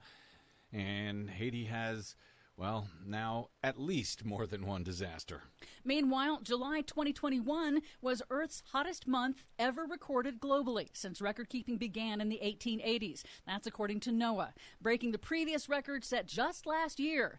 July saw 2 flood disasters in China and Germany that each cost more than $25 billion in damages. The month also saw the hottest reliably recorded temperature for the planet, an astonishing 130 degrees Fahrenheit at Death Valley, California. It is not a good sign that this new all-time hottest month record is occurring when there is no El Nino weather pattern in the Pacific to blame for goosing global temperatures. So everything could be worse this month had there been an El Nino this year. Exactly. Oh, brother. Japan is the latest country to see record-setting torrential rains. Parts of western Japan have set new all-time highest rainfall records. Some areas deluged with 3 months' worth of rain in 24 hours. One prefecture saw more than 3.5 feet of rain in 3 days. Those have generated extreme floods and landslides that have collapsed buildings and swept away homes. Here in the U.S., the Biden administration on Monday formally declared a water shortage on the Colorado River for the first time in U.S. history amid a decades-long mega drought that experts say is a sign of what is to come with man-made climate change. The river's main reservoirs have dropped to new historic lows. Lake Mead near Las Vegas is at 35% capacity, Lake Powell at 32%. Both are still falling, triggering the first ever mandatory water cuts in the Southwest. Starting next year, Arizona will lose almost 20% of its river allocation. Wow. Nevada will lose about 7%. In an interview with KUNM, John Fleck, director of the Water Resources Program at the University of New Mexico, warns that further cuts are likely, and communities should begin preparing now for even worse. They won't. Coping with less water is a permanent phenomenon. We cannot expect wet times to return. So this is a problem for drinking water, for farming, and how about for power? There are concerns about that as well from the hydroelectric plants at Lake Mead and the Hoover Dam, which is at an all-time low. Yes. In Northern California, new evacuations have been ordered as the relentless Dixie Fire shows no signs of slowing down more than a month after it ignited near a Pacific gas and electric power station. Fire experts warn that it now appears that giant infernos that burn for months on end are the new norm for California. Finally, a bit of good news. The Biden administration is moving to restore even more of the Trump administration's dismantling of efficiency standards for appliances, which, by the way, most manufacturers did not support and did not request. For light bulbs, dishwashers, clothes washers, and shower heads, which save consumers both money and water, particularly crucial amid the Western drought. For much more on all of those stories and the ones we couldn't get to today, check out our website at greennews.bradblog.com. I'm Brad Friedman. And I'm Desi Doyen. And this has been your Green News Report.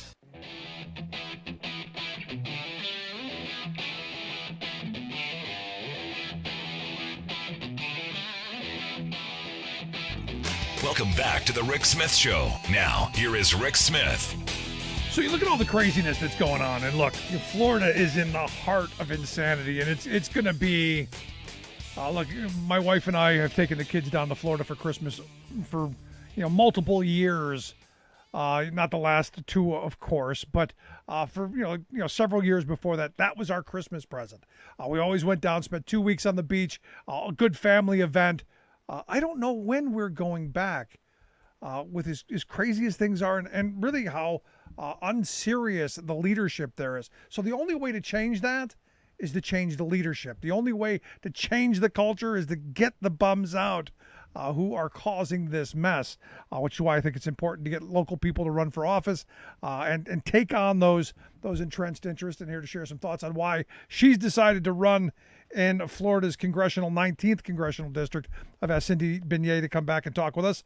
She is a university professor and, look, someone who's willing to step forward and say things are wrong and actually know how to fix them. Cindy, thanks for taking time for us. Yeah, absolutely. Thanks for having me, Rick. So you literally teach American government.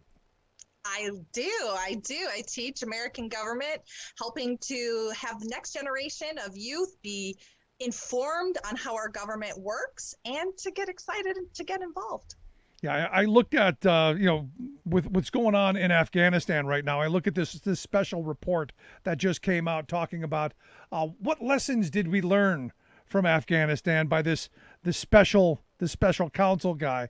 And one of the things that they said is the mission was always doomed from the beginning because, short-term thinking, hubris, and bad intelligence. Basically us, our arrogance and our stupidity caused this.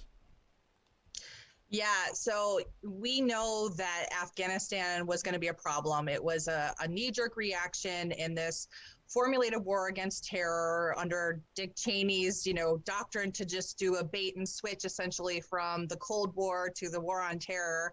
And it met those needs at the time, but there was urging from a lot of people from the very beginning to not let it go on forever, to have an exit strategy, to not let this become the next Vietnam. And here we are evacuating just like we did in Saigon. No, and that's the thing that's most frustrating about this. But again, I keep coming back to it's us.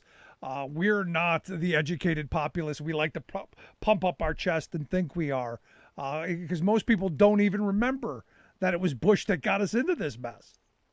Oh, yeah, absolutely. And somebody like me who's got 2 degrees in international relations and has worked in foreign policy a lot, it pains me that Americans don't pay attention to foreign policy. I know they don't. They care about the veterans and the soldiers coming back and the experience they had, but they really didn't care about why we were there in the first place. And the unfortunate thing is it started as a war on terror and then moved into this neoconservative boondoggle of nation building, where we actually had the soldiers doing the nation building, and that was never going to work.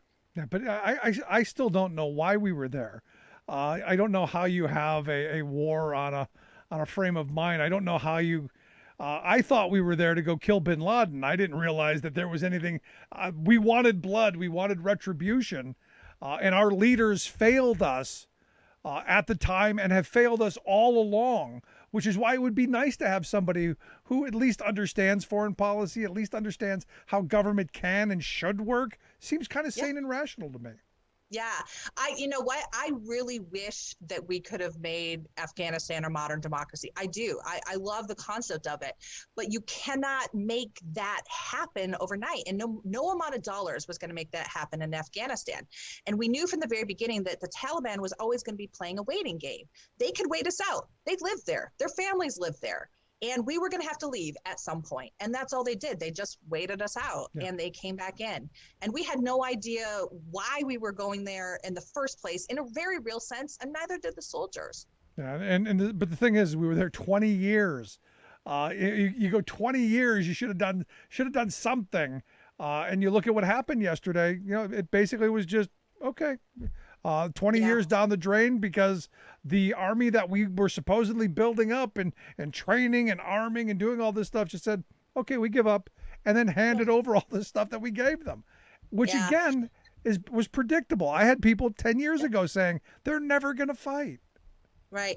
And also, the Taliban did work in building relationships in these communities, and they had that capacity to do so. One thing that Americans don't really like to talk about, now we're talking about, the Taliban's going to come back and they're going to be so bad for women. Okay, but do we really know who our allies were there? Pashtun warlords across Afghanistan had significant issues with pedophilia, taking young boys as sex slaves. Those were the American allies in a lot of cases. Soldiers were told to look the other way when those types of atrocities were happening on military bases even.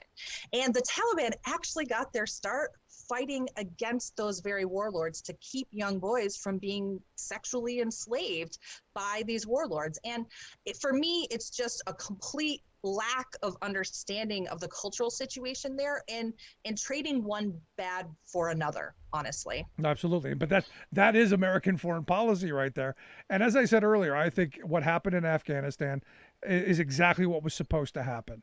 The American taxpayer got fleeced by corporate America. There were massive profits for our wealthy, and a bunch of soldiers got killed. There was a bunch of people who got injured, but that it was worth it for the profit. To me, that's the underlying part of this, and which is why I want people in Congress who are going to be much more judicious before sending our young men and women into harm's way. Absolutely. It's not a mistake that Dick Cheney was the one that championed this, and that his daughter Liz Cheney is continuing to champion the engagement there. And it's because of their connections with Halliburton. It's the military industrial complex making billions of dollars off the taxpayer, payroll. And they don't want that to end. And it's pretty obvious and it's pretty sad. And you're right. The people who paid the most for it, aside from the American taxpayer, are the people who paid with their lives and their sanity for being sent over there. Yeah, no, we could talk about this all night, but I want to get to why you're running, because I'm always interested in why people are willing to throw themselves in the middle of the fishbowl and take the abuse and take the beatings that come with running for political office. So why are you jumping in the middle of this again? Well, so I'm somebody who's used to taking a punch. I used to be a professional boxer. So, taking a few hits and getting back up, that's nothing new to me. And one of the reasons I decided to run before and again is to fight the corruption. I was working behind the scenes as a consultant doing reports for nonprofits and government agencies, and I saw a lot of corruption that people just shrugged their shoulders and said, this is the way it is. And I'm here to say that it's not. I want to end the corporate take. I want to end the backroom deals.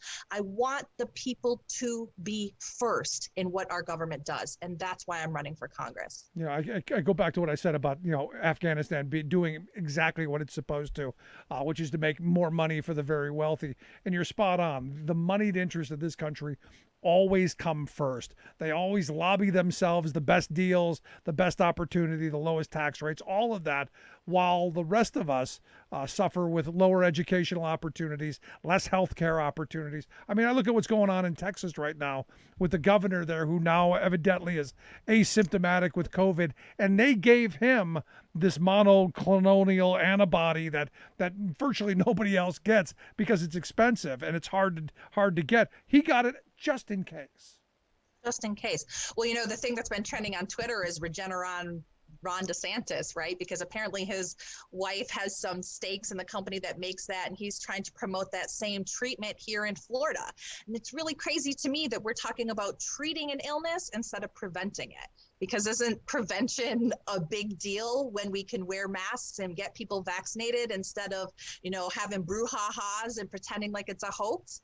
I mean, people are dying. We had a major restaurateur in our area die just yesterday, and a lot of people are very sad about that. And, he was a denier and a big Trump supporter, and he took his life into his own hands because he was misled by people like Ron DeSantis and Abbott in Texas.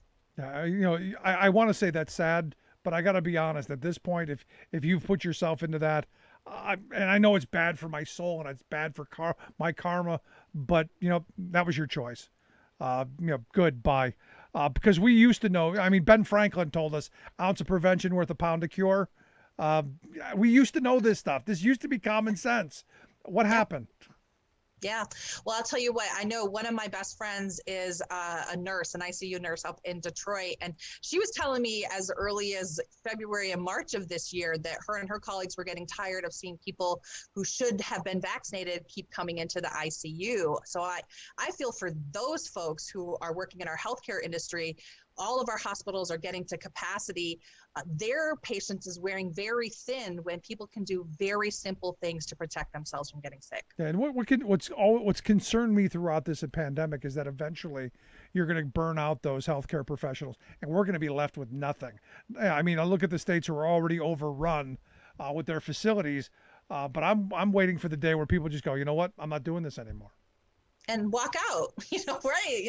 I think the healthcare industry is poised to be one of those places where there's going to be the great resignation, right? We're seeing that shift in multiple industries across the United States. And yeah, they've had hiring issues here in Southwest Florida for a very long time. We always are at a deficit with our healthcare workers, actually. And this is putting a huge stress on them. People are working extra hours. And we're at the point where they are asking people not to come into the ER because it's so backed up with the COVID patients. It's crazy. You're listening to The Rick Smith Show. We're here with Cindy Banyai. She's running for Congress in Florida, the 19th Congressional District there. Make sure you check out her website, cindybanyai.com. We'll get links out on social media how you can do that. We've been talking about all the things that are wrong. What are we going to do to turn this around? How do we use our government to turn this thing around? I mean, for generations now, we've been bashing government's ability to do anything. We've got corporate America telling us that government's bad, everything should be privatized. How do we turn all of this horrible around? That's simple, actually. Investment. Because what you just said right now that's the far right's trope on government. Big government is bad. We defund the government, then the government doesn't work, and it fulfills itself. The prophecy fulfills itself, right? So if we actually make investments in things that the American people need, like healthcare, like family paid leave, like environmental protections, then government will work, right? Also, if we stop putting additional means testing in there, because that actually gums it down. So when we have all these preconceived ideas about who is worthy of accepting help or needing help, that makes it harder for government to do its job. So I'm somebody who's worked in efficiency and effectiveness, and I'm looking to take that to the American government. And I think, you're right about the means testing thing, because the one thing that came out of this pandemic so far is that government intervention works. Yeah. I mean, it does. Investment works. Yep. We are not in the dire straits of the economic crisis like we were last year because we did the right thing with our fiscal policy, which is make sure that people are staying in their homes, make sure people are fed, make sure that people have the capacity to have a disruption in their work and not lose their house and not be able to feed their family, that we are helping small businesses get back on their feet. That's very, very simple government expectations. And it's crazy that people who say that they value the economy like conservatives are so willing to throw it under the bus when we need it most. Yeah, I don't know that there are any true conservatives left. What we have are corporatists and Trumpites, and the person that you're running against is Byron Daniels, is one of two African-American Republicans in Congress, big Trump supporter, almost buddies, I guess. How does that play in your district? Well, it's very interesting. Our district is gerrymandered to be a red-leaning district, but I am very proud to say that in our 2020 race, we were one of only 5 districts in the state of Florida to move in the Democratic direction. And we did so at the cheapest rate in the state of Florida. So we had a really amazing grassroots organization that helped move votes. And it's all about winning hearts and minds, because you're right. People who think that they might be conservative by principles have the wool pulled over their eyes with these corporatists and these Trump supporters. No, and it's something that you've got to fight in these more right-leaning rural maybe areas, because look, the policies are right, the policies are popular. You start talking about the investments in infrastructure and education and healthcare. This is almost nonpartisan, or at least it should be. But we've been trained like Pavlovian dogs to, we got to be in our camps. I'm on the red team, you're on the blue team, and never shall we agree on anything. And at some point, we got to break that down. Yeah, I agree. I call it, it's new identity politics, and, being a Republican, being the Trump supporter, that's an identity. And what's interesting, if you look at what people really believe. So in our district, the $15 minimum wage amendment that was in Florida passed by 64%. Now, if each one of those people had actually voted for the candidate, me, who believes in having a $15 minimum wage, having a living wage, having a job guarantee, then I would have won the election, right? But they voted for the person who didn't believe in that. So there's a very big disconnect between what people really want and need and what they think their government officials that they're electing are going to deliver for them. Now, let me ask you last line of questioning. What is the one issue that Cindy Banyai thinks is that's the hill you die on? I mean, everything else you could compromise on. What's that one hill that you die on? Healthcare. For me, healthcare is very personal. My youngest daughter had a rare blood disease. And when she was going to the hospital in the ambulance for the very first time, rather than calling anybody in my family, the first phone call I made was to the insurance company, because I wasn't sure how much an ambulance trip was going to cost, but I knew it wasn't what I had in my bank account. And I don't believe that it's right for any parent to be going bankrupt to save the life of their child. So I'm going to be fighting to make sure that we have access to affordable care that works. I am a proponent of universal health care, And I think that we need to keep making strides towards that, because that is what kids like my daughter Evie need, and what everybody else in this country needs to be healthy, safe, and productive in their own right. When you say universal health care, there's a lot of definitions being thrown around of what universal or single payer is. Single payer being the Medicare for all. Universal, in my definition, being kind of like the military's TRICARE, owned by the government, run by the government. Is that where we're talking? Where do you find yourself on that spectrum? So I usually talk about modeling a system of care based on the Japanese model. That's where I did my university studies there, and it works really well. They have some of the best healthcare outcomes in the world. They have cost fixing. Prices are fixed in the same way that we have Medicare and Medicaid prices that are fixed, and everybody is on a sliding scale based on what they can pay to buy into that system. So it is a national healthcare plan.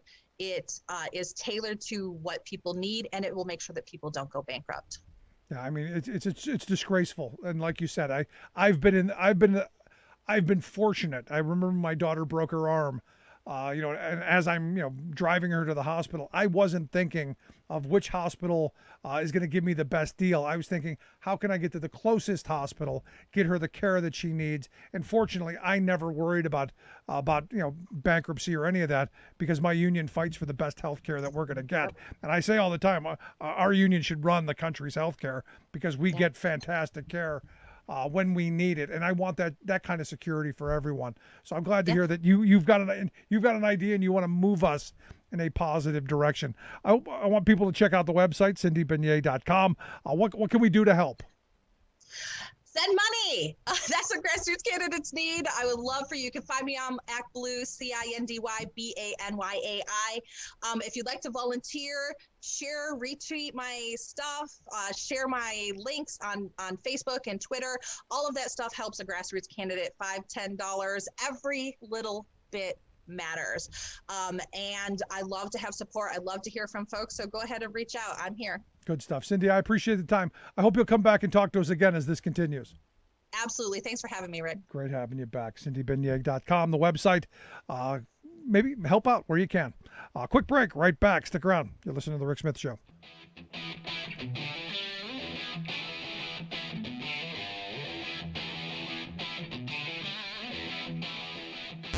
Saving work in America, one show at a time. The Rick Smith Show.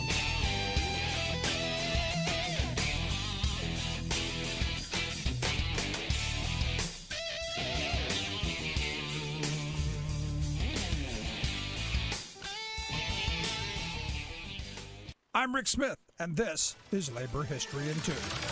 On this day in labor history, the year was 1985. That was the day that workers at the Hormel plant in Austin, Minnesota went out on strike. They were members of the United Food and Commercial Workers Union, Local P9. Hormel had slashed workers' wages by 23% during the early 1980s. Benefits were also diminished and incentive programs rolled back. These changes cut deeply into the Hormel workers' earnings. What had been considered a good job was changing drastically. This was the story for many workers in Reagan-era America. The 3,500 Hormel workers voted overwhelmingly to strike. The National UFCW discouraged the action. The strike lasted more than a year. Strikebreakers were brought in, including some of the union members who crossed the picket line to return to work. The National Guard was called in to keep the peace between strikers and the scabs. After a year, the strike went down in defeat. Even after the strike, many of the workers were not called back to work. They were put on waiting lists for a job to reopen. Some never returned to the plant. 25 years after the strike, the Austin Daily Herald staff wrote, quote, "What resulted was a bitter, drawn-out labor dispute that drastically impacted the community, from workers who lost their jobs to families that were torn apart by the picket lines." The strike became the feature of a documentary by Barbara Koppel. In 1990, the documentary American Dream won the Academy Award. The film tells the story of the Hormel strike as a window into the tragic experiences of many workers during the 1980s. The film was made on a shoestring budget. Singer Bruce Springsteen provided $25,000 to help support this important film. Labor History in 2 brought to you by the Illinois Labor History Society and The Rick Smith Show.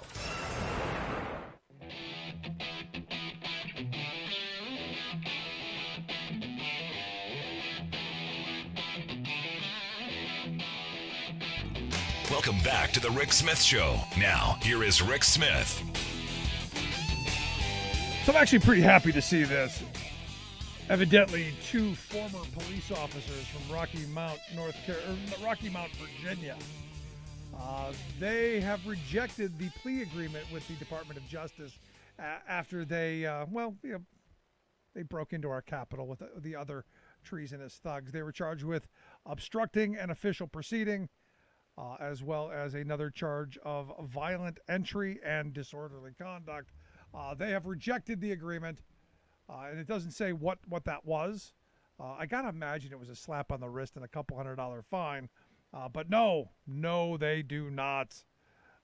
They do not want to go forward with the deal. And my thought is, good, fight that, because I want to see the trial. I want to see the maximum penalty. I want someone made an example of. I want these guys to go. No. I want them to go to jail. One of them was a corporal in the National Guard. Hoping for jail time. Anyway, if you missed any of today's program, thericksmithshow.com. That's where you go to get the podcast. The Rick Smith Show app on the smartphone. Take the program on the go wherever you go. And as always, you can email me, rick@thericksmithshow.com. Thanks so much for being here. We'll see you back here next time.